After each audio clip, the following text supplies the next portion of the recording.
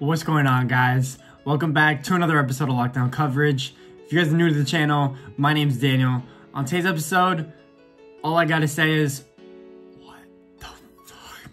I can't believe that this Miami Dolphins team looks to be playoff bound. I can't believe that Tua Tagovailoa looked so much more prepared in this game against the Cardinals than he did against the Rams. And I know it was the Rams and Aaron Donald, but Arizona still has a capable defense, and Patrick Peterson and Tua tore them apart. When the Dolphins in the past were down by a touchdown and needed a drive to come back in the game, I had no faith in Ryan Tannehill and any other quarterback that we had running this team.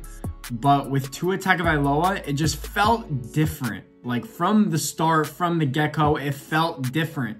Tua said, Ryan Fitzpatrick, give me some of your magic. I need that magic ball because I'm going out there and I'm putting in work. And that is what he did. He was throwing dots to players all over the field. Tua Tagovailoa was rushing and being elusive. And he said that he felt, and this is on quotes, he felt like he was in quicksand because he felt like he was running so slow. But he did not look slow to me. He looked like that fast twitch player that we saw at Alabama. Tua Tagovailoa is the real deal. If you guys were watching the whole entire game like I did, you guys almost had a heart attack multiple times because this defense, and I mean this, the Miami Dolphins defense could not stop Kyler Murray. He rushed for over 100 yards on 10 carries. That's about 10 yards average per carry. And Kyler Murray was shredding us even through the air. Byron Jones got burnt.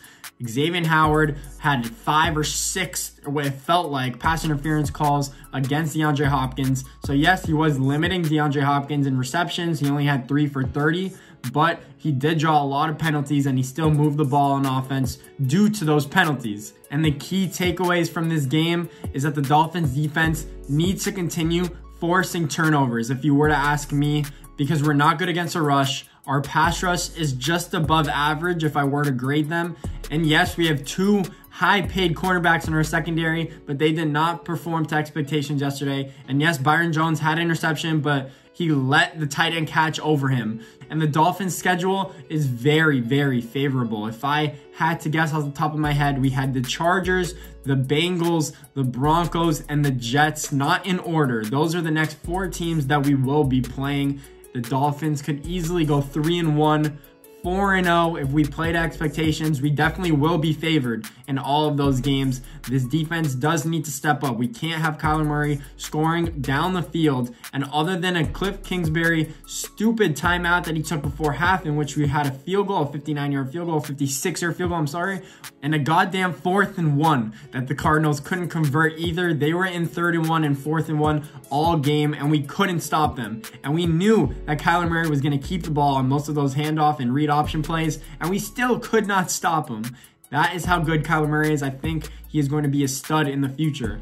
But going back to our quarterback situation, with Tua, bro, that's as much proof as you need to show me for what he's going to be in the future. He did not carry the team on his back, but he did exactly what was needed of him to do. Just like how he kind of did in the Rams game, he picked up first downs, he had a scoring drive, but in this game, it looked completely different with no rushing game, or almost close to no rushing game. He rushed for 35 yards as well. He threw 2 touchdowns. Jordan Howard did his job, ran the ball from the 1-yard line and scored a touchdown. He still only averages like 1.5 yards per carry.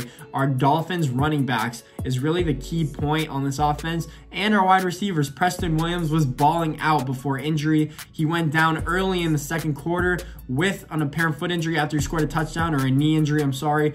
But I hope it's just a sprain, and I think that he will be back in time for next week's games, if not the week after. Devontae Parker needed to step up, and he did. He had some key receptions on the drive to tie the game, and Jakeem Grant did as well. I think we need more productive playmakers on the boundary. And next year, we have a first-round pick from the Houston Texans. We have 2 first-round picks and 2 seconds. I am dreaming about what this Dolphins team can put together if Tua stays healthy for the rest of the season and we potentially make the playoffs and we still have a top 10 pick to go out there and get a key playmaker for Tua Tagovailoa. Mike Gesicki has been disappointing. He is the one player on this offense that I anticipated to have a big jump, and he did the first few weeks, but so far he has not looked to par as one of the top tight ends in the league, and that is what I was expecting from him. So we'll see what happens with Mike Gesicki. But this Dolphins team, what a victory, what a dub. I'm so happy to be a fan of this team right now. They are playing excellent football and they are very fun to watch. Yes, they are very stressful to watch if you're a Dolphins fan because we have made some boo-boos and some key mistakes.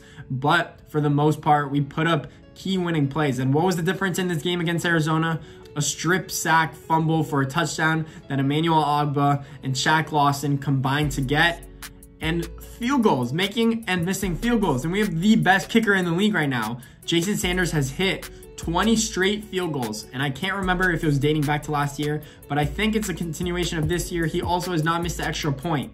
He's the only perfect kicker in the league at this current moment. Jason Sanders is and was the difference in this game, and we have good contributors in key points of the game. And I said Jason Sanders was making this field goal and this streak was going to come in handy because he's so hot when we are in a close game. And look what happens. He had a 56 and a 50-yard field goal yesterday with ease. So Jason Sanders, applause to you. Good shit on this dub. The Dolphins are legit right now. I want to see what improvements Tua can make. We play the LA Chargers, who have a very capable defense, but did not look good against the Oakland Raiders yesterday. Justin Herbert as well is looking like a shredder on offense, but the Chargers can't compete in crunch time. So we'll see what happens if they can keep up with the Dolphins offense. I hope the defense can play better than we did because we are not going to win football games week in and week out with the defense showing what it did against the Cardinals. But anyways, thank you guys for watching. Please leave a thumbs up and subscribe to the channel if you guys like Dolphins content. More videos like this to come. Fins up, baby.